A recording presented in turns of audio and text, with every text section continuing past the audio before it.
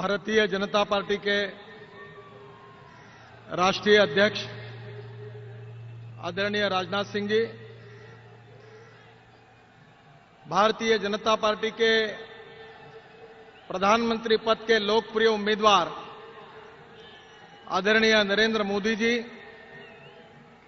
माननीय गोपीनाथ मुंडे जी, देवेंद्र जी, एकनाथ खड़से जी, विनोद जी, मंच पर उपस्थित सभी भारतीय जनता पार्टी के नेतागण और उपस्थित भाई और बहनों,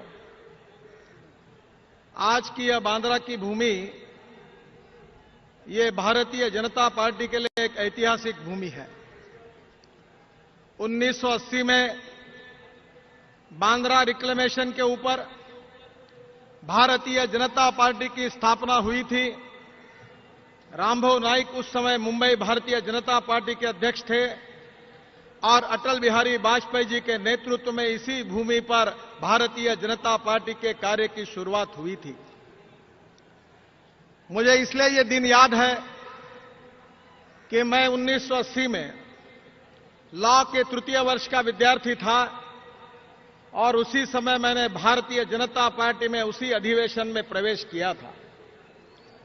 उस समय समारोह के कार्यक्रम के समय उस समय के देश के महान विद्वान एम.सी. छागला जी का भाषण हुआ था और उन्होंने अटल बिहारी वाजपेयी जी का गौरव करते हुए ये कहा था कि मैं आज ये भविष्यवाणी कर रहा हूं कि आने वाले दिनों में अटल बिहारी वाजपेयी हिंदुस्तान के प्रधानमंत्री होंगे और इस देश के भविष्य को और तकदीर को बदलेंगे। छागला जी की भविष्यवाणी सिद्ध हुई, पर उस समय अटल जी का जो भाषण था वो हम कार्यकर्ता कभी भूल नहीं सकते। इसी बांद्रा रिक्लेमेशन के भूमि पर शाम के समय जब सूरज डूब रहा था, तब डूबते हुए सूरज को साक्षी रखकर अटल बिहारी वाजपेयी जी ने कहा था कि अंधेरा छटेगा, सूरज निकलेगा और कमल खिलेगा। और आज मैं इसी भूमि से विश्वास के साथ आपको बताना चाहता हूं कि फिर से एक बार हिंदुस्तान में इतिहास दोहराया जाएगा।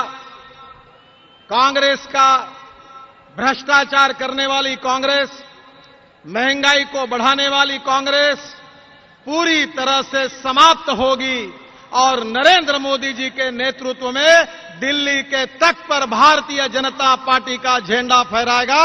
इस बात को निश्चित करने वाला ये जनसागर आज इकट्ठा हुआ है।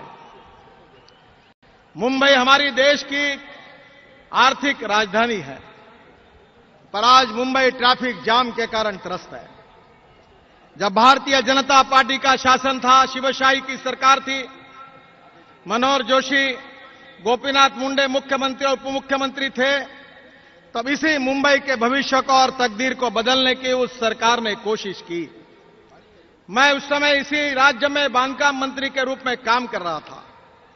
इस मुंबई में 55 उड्डान पुल का निर्माण उस समय हुआ, जिसके एस्टीमेट कॉस्ट 1800 करोड़ रुपए थी। वो केवल 1000 करोड़ रुपए में उस सरकार के समय हमने पुल पूरे किए और 800 करोड़ रुपए की बचत की। यह हिंदुस्तान का पहला उदाहरण है, इतना बड़ा सेविंग कहीं हुआ नहीं है।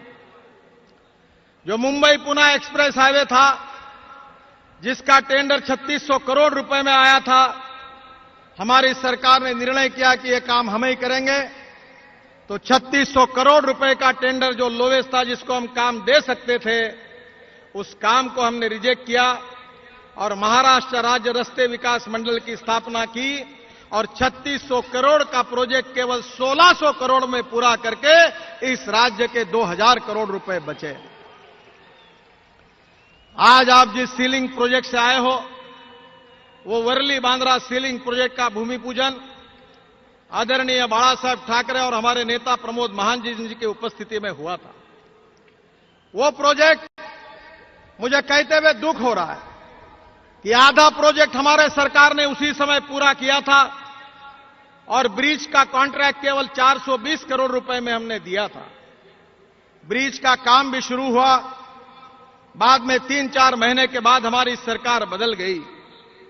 पर कांग्रेस सरकार कितनी निकम्मी है, कितनी भ्रष्ट है और महाराष्ट्र की दुर्दशा किस प्रकार से कर रही है, इसका उदाहरण है कि वर्ली बांद्रा सीलिंग प्रोजेक्ट 420 करोड़ रुपए का था, वो 1800 करोड़ रुपए तक पहुंचा और आज भी काम पूरा हो नहीं सका। ये स्थिति का मुंबई की जनता को बहुत तकलीफ हो रही है।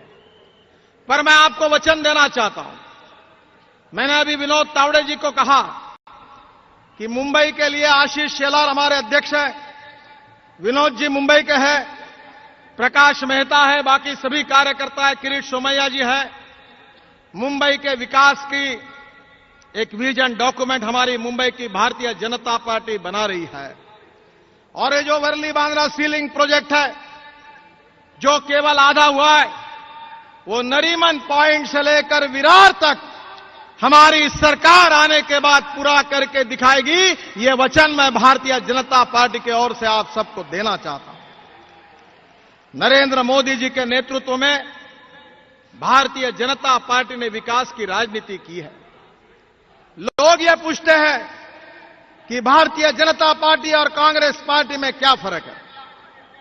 बहनों और भाइयों, मैं महाराष्ट्र का हूं और जब दिल्ली में मैं जब गुजरात का गौरव करता था, मध्य प्रदेश का गौरव करता था, तो मेरे मन में एक पीड़ा होती थी कि मैं जिस महाराष्ट्र से उसकी हालत कैसी हुई। जब गुजरात पहले नंबर पर पहुंचा तो कांग्रेस के महाराष्ट्र की सरकार ने, कांग्रेस और एनसीपी की सरकार ने महाराष्ट्र को 6वें नंबर पर पहुंचाया। आज विकास के काम बंद पड़े हुए हैं। महाराष्ट्र में बिजली के हमारे केवल विदर्भ में 20,000 करोड़ के 2,500 मेगावाट के पावर प्रोजेक्ट बंद पड़े हुए हैं। इंडस्ट्री के लिए बिजली नहीं है, बेरोजगारों की संख्या बढ़ रही है और इतना ही नहीं तो इस देश में सबसे ज्यादा किसानों ने आत्महत्या अगर की है तो विदर्भ के क्षेत्र में किसानों ने सबसे ज्यादा आत्महत्या की है। हमारे विदर्भ में किसान आत्महत्या कर रहे हैं, जो कपास उत्पादक किसान हैं वो आत्महत्या कर रहे हैं। पर नरेंद्र मोदी जी के नेतृत्व में गुजरात के किसान गुजरात का कपास चाइना में एक्सपोर्ट करके फॉरेन एक्सचेंज मिलाकर गुजरात का विकास कर रहे हैं। मैं महाराष्ट्र की सरकार से और कांग्रेसियों को सवाल पूछना चाहता हूं कि कपास उत्पादन करने वाले गुजरात के क्षेत्र में किसान खुश है, सुखी है, संपन्न है, एक भी किसान आत्महत्या नहीं करता, तो महाराष्ट्र के विदर्भ में कपास उत्पादन करने वाले किसान ही 10,000 से ज्यादा किसानों ने आत्महत्या क्यों की है? इसके लिए कौन जिम्मेदार है? इसका जवाब आप दीजिए। बहनों और भाइयों, किसानों की आत्महत्या हो, बेरोजगार युवा जो है उनकी संख्या बढ़ती हो, उद्योग हमारे बंद पड़ रहे हैं, गांव गरीब मजदूर किसान दुखी है, इस सब समस्या का एक ही कारण है कि कांग्रेस पार्टी ने इस देश का सत्यानाश किया है। अगर कांग्रेस पार्टी को अगर पुरस्कार देना है और भ्रष्टाचार और महंगाई का वर्ल्ड ओलंपिक अगर होगा तो विश्व में सबसे ज्यादा भ्रष्टाचार 4,88,000 करोड़ रुपए का भ्रष्टाचार, 2G spectrum, Colgate, Commonwealth game, इन तीनों में 4,88,000 करोड़ का सबसे ज्यादा विश्व में भ्रष्टाचार का रिकॉर्ड करने वाली कोई पार्टी है तो उसका नाम कांग्रेस पार्टी है और नेताओं के नाम सोनिया गांधी और मनमोहन सिंह है और देश का नाम भारत है। दुनिया में सबसे ज्यादा महंगाई अगर कहीं है, इन्फ्लेशन का रेट अगर सबसे ज्यादा कहीं है तो Indonesia, Malaysia, China, Singapore, Canada, America, इन देशों में महंगाई का, इन्फ्लेशन का दर 4% से कम है। पर एक अर्थशास्त्री प्रधानमंत्री के रूप में मनमोहन सिंह जी आए और कांग्रेस पार्टी ने ऐसी हालत बनाई है कि हमारी महंगाई का और इन्फ्लेशन का रेट 18% तक जाकर पहुंचा है। न जात पर न बात पर सोनिया की बात कर कहने वाले लोगों ने कांग्रेस का हाथ गरीबों के हाथ कहा, पर यह कांग्रेस का हाथ गरीबों का जेब काट रहा है। देश में लूट मची है, महाराष्ट्र में लुटेरे हैं, देश में लूट रहे हैं, जहां जहां कांग्रेस का शासन है वहां लूट मची है। वो अनूप जलोटा जी का भजन था, राजनाथ सिंह जी ने उनको भारतीय जनता पार्टी के सांस्कृतिक सेल का प्रमुख किया है। तो मैंने अनूप जी को कहा, नया भजन तैयार करिए कि राम नाम की लूट मची है, लूट सके तो लूट इसके बजाय सोनिया मनमोहन सिंह के नाम की लूट मची है, लूट सके तो लूट। पूरी तरह से देश को लूटने का काम कांग्रेस पार्टी कर रही है। भ्रष्टाचार और महंगाई के कारण हिंदुस्तान की जनता त्रस्त है और आज देश की जनता असंतोष से और क्रोध से जगी हुई है। जनता परिवर्तन चाहती है, जनता विकास चाहती है, जनता भय, भूख, आतंक और भ्रष्टाचार से मुक्त हिंदुस्तान का सपना देख रही है। जनता गांव, गरीब, मजदूर, किसान का कल्याण चाहती है और देश की जनता हिंदुस्तान को भय, भूख, आतंक और भ्रष्टाचार से मुक्त, सुखी, समृद्ध, संपन्न, शक्तिशाली हिंदुस्तान का सपना देख रही है। बहनों और भाइयों, ये सपना पूरा करने की ताकत हिंदुस्तान के किसी नेतृत्व में है जो हिंदुस्तान की तकदीर को, हिंदुस्तान के भविष्य को बदल सकती है, तो उस नेता का नाम है नरेंद्र मोदी, जो केवल इस देश के तकदीर को और भविष्य को बदल सकते हैं।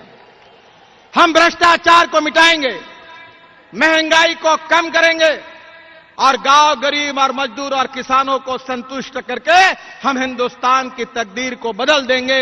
यही विश्वास लेकर नरेंद्र भाई आगे आए हैं। मैं आपको विश्वास देना चाहता हूं कि नरेंद्र मोदी जी के कार्य का, उनके कर्तृत्व का, उनके नेतृत्व का, उनके वक्तृत्व का जवाब कांग्रेस पार्टी दे नहीं सकती। वो काम के आधार पर, विकास के आधार पर चुनाव नहीं लड़ सकती और इसलिए उनका चरित्रहनन करने पर झूठे आरोप करने की कोशिश कांग्रेस पार्टी कर रही है। ये सीबीआई जो है, ये कांग्रेस पार्टी के कार्यालय में सीबीआई का ऑफिस खोलना चाहिए और सोनिया गांधी जी के ऑफिस के बाजू में सीबीआई का दफ्तर खोलना चाहिए। इतनी निकम्बी संगठन बनी हुई है जो कांग्रेस पार्टी के हितों के लिए काम कर रही है। झूठी केसेस चलाई जाती है, अपने विरोधकों को बदनाम करने की कोशिश की जाती है और अल्पसंख्यकों को समाज के मन में डर पैदा करने की कोशिश की जा रही है। कांग्रेस का सबसे बड़ा चुनाव कैपिटल कोई है तो अल्पसंख्यकों के मन में फियर, डर पैदा करो। पर भारतीय जनता पार्टी का यह विचार है कि जात, पंथ, धर्म, भाषा और सेक्स के आधार पर हम कोई डिस्क्रिमिनेशन नहीं करेंगे। नरेंद्र मोदी जी ने गुजरात में किसी जात, पंथ, धर्म, भाषा के आधार पर कोई लोगों पर अन्याय नहीं किया, ना कोई ऐसा कानून बनाया। सबको समान विकास के अवसर दिए और सबके लिए समान विकास की संधि दी। यही गुजरात में उन्होंने करके दिखाया और हिंदुस्तान को एक विकास का रोल मॉडल के रूप में गुजरात को पेश किया है। कांग्रेस के इस झूठे प्रचार से मेरा विश्वास है जनता उनको साथ नहीं देगी और इसलिए जो संस्कार नरेंद्र मोदी जी के ऊपर, राजनाथ सिंह जी के ऊपर, मेरे ऊपर हुए हैं, वो भारतीय जनता पार्टी का विचार यही कहता है कि देश का प्रधानमंत्री कौन होगा, मुख्यमंत्री कौन होगा, एमपी कौन होगा, एमएलए कौन होगा। इससे भी महत्वपूर्ण सवाल अगर कोई है तो हमारा देश बचेगा या नहीं बचेगा। हम धनवान देश के गरीब नागरिक बने हैं। देश को बचाना है, भ्रष्टाचार को मिटाना है और महंगाई को कम करना है तो भारतीय जनता पार्टी को लाना है और नरेंद्र मोदी जी को साथ देना है। यही संकल्प करके आप यहां से जाइए, यही आपसे प्रार्थना करता हूं। बहुत बहुत धन्यवाद। भारत माता की, भारत माता की, भारत माता की। नमस्कार।